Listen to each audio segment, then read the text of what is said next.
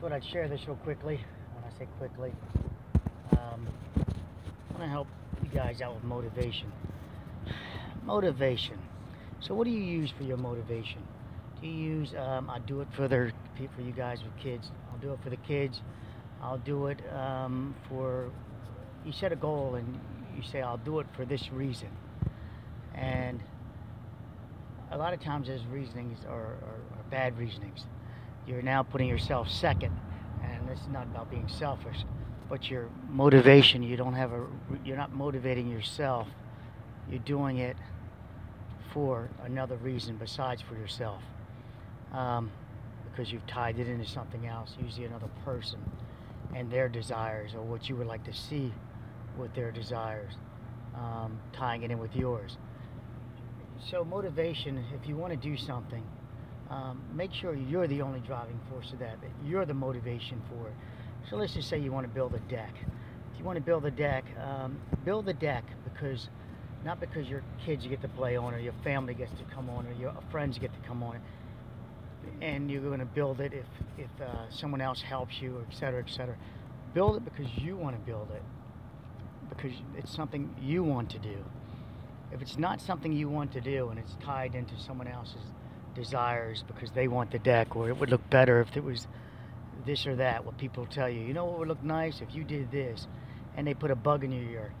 Well, those bugs can really get into your ear. They're not your desires. You know, if you hire the architect to help you with those desires, sure. Then his design becomes your design once you approve it. But again, you would tweak his design to where it's your design. So motivation and getting it from yourself is going to be your best source to do anything. So if you want to do anything, just always make sure that you're the reason behind it. Time. You want more time? Well, they say we watch 5 hours of TV a day in the United States. And I guess around the world possibly now, and that would include YouTube, I think, or maybe it would be more at that point. That's a lot of hours. If you want more time, if you want to watch YouTube or something like that, well, learn to listen to it in the background while you do something else. I don't even care if it's driving down the road.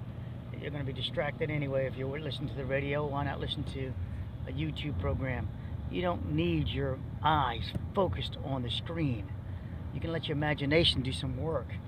And when you're hearing the people communicate, you're just hearing communicate. The other thing it's called is sight and sound. And they're just using different visual effects in the background. Dim lights, lights that create short lighting, broad lighting, all these different lighting techniques to make it interesting while you watch the characters. In reality, you're listening to the lines, because if you're not listening to the lines, then turn off the volume and just watch it without the lines. But you're listening to the lines, and the sight and sound is interesting to entertain yourself, but you can gain a lot more time if you were to read a book while you're watching TV, do your work, whatever it may be, while the TV's in the background. If you must watch TV, which we appear that we're kind of stuck to, and if you must watch the news, dial it down real slow. Your brain will jump on to what it will happen. Your brain will jump on to what it wants to trigger on, what it wants to gather from that crap that's on the TV, and it will let you stop reading, look up for a few moments, and then you can go back to what you were doing. I'm able to do that. I can watch anything. I'm not really watching it, am I? I can listen to anything, and have a technical book in front of me, doing research or studying or whatever it may be. And when something's kind of interesting scene, my brain will just like replay something, going, oh, check that out, and it will stop, and I'll put my head up. Kind of cool, you know, when they got all that gunfire and all that crap. It doesn't really jump. It doesn't jump. You don't toss your head up to see who was shot. You know, that's just drama. I don't usually go for that traumatic drama. Okay, so I go for a little more techno thriller, and I can't really have people shooting people in a techno thriller. Then it's just a murder movie, right? So there you go. That's 5 minutes of whatever crap that was. Hope you guys enjoyed it.